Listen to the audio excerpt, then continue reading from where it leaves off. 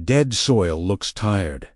It feels hard like brick. Water runs off instead of soaking in. Plants try to grow, but they stay small and weak. Many gardeners think the only fix is bags of fertilizer. But nature has a better plan. Some plants act like living soil doctors. Their roots dig deep. Their leaves feed the ground. Their flowers call helpful insects. Slowly, the soil wakes up again. Life returns under the surface. Worms move back. Microbes begin to work, and the garden becomes healthy again. Today on Backyard Harvest, we will look at 5 powerful plants that can bring dead soil back to life. These plants are simple, strong, and easy to grow. Even poor land can support them. Plant them once, and they begin the healing process right away. Let's start with the first soil healer. The first plant is clover. Clover may look small, but it does a big job under the soil. Clover works with special bacteria that live on its roots. These tiny helpers pull nitrogen from the air and store it in the ground. Nitrogen is one of the main foods plants need to grow strong leaves. When clover grows, it slowly feeds the soil for other plants. Clover also acts like a living blanket. It spreads across the ground and protects the soil from hot sun and heavy rain. This helps the soil stay moist and cool. Over time, the clover leaves fall and break down. This adds organic matter to the soil. Organic matter is like fuel for healthy earth. Worms love. Italiano microbes love it. And your garden becomes richer each season. Even better, clover grows easily in poor soil. Scatter seeds, water them, and let nature do the rest. Now let's look at the second soil builder.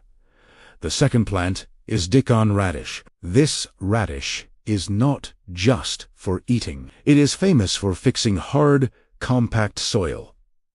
Dead soil often becomes tight and packed. Roots cannot move through it. Water cannot soak in. But daikon radish has a thick root that drills straight down like a natural shovel. As the radish grows, it pushes deep into the soil and breaks up hard layers. When the plant dies, the root rots underground.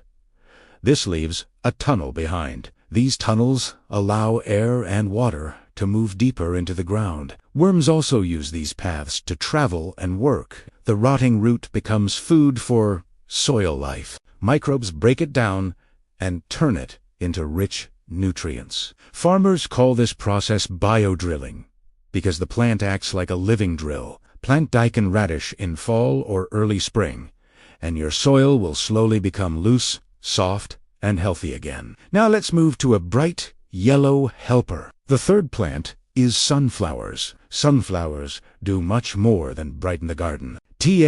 Have deep, strong roots that pull nutrients from far below the surface. Many of these nutrients sit too deep for most plants to reach, but sunflowers bring them back up. When sunflower leaves fall, or when the plant is cut down, those nutrients return to the topsoil. This feeds future crops. Sunflowers also produce large stems and leaves. When they break down, they add lots of organic matter to the soil. Another amazing benefit is that sunflowers help clean the soil. They can absorb certain toxins and heavy metals from the ground. Scientists call this phytoremediation, but gardeners simply call it natural cleaning. Sunflowers also attract bees, birds, and helpful insects. These visitors bring life back into the garden ecosystem. One tall sunflower can start a chain of healthy activity across your whole yard. Now, let's look at a plant many gardeners ignore. The fourth plant is comfrey. Comfrey is often called a nutrient miner. Its roots grow extremely deep, sometimes reaching 6 feet underground. Down there, it collects minerals like potassium, calcium, and phosphorus. These nutrients travel up into the leaves. The leaves grow large and thick. When you cut them and place them on the soil, they break down quickly. This creates a natural fertilizer that feeds the ground. Many gardeners chop comfrey leaves and spread them like mulch around vegetables. As the leaves rot, they release nutrients slowly into the soil. It is like making free compost without a compost pile. Comfrey also improves soil structure. Its roots open channels that allow water and air to move easily. Even in poor soil, comfrey grows strong and returns value year after year. Now we come to the final soil healer, The fifth plant is beans. Beans are powerful soil builders because they belong to the legume family. Just like clover,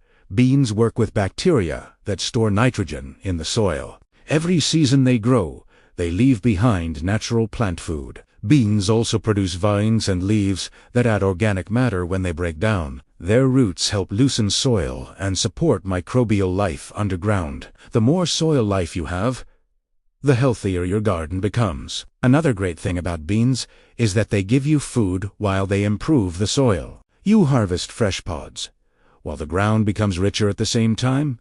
Few plants offer both benefits so as plant bush beans or pole beans in tired soil. When the season ends, cut the plants at the base instead of pulling them out. This leaves the nitrogen-rich roots underground, where they can continue feeding the soil. So remember these 5 soil healers: clover, daikon, radish, sunflowers, comfrey, and beans. Each one works in a different way.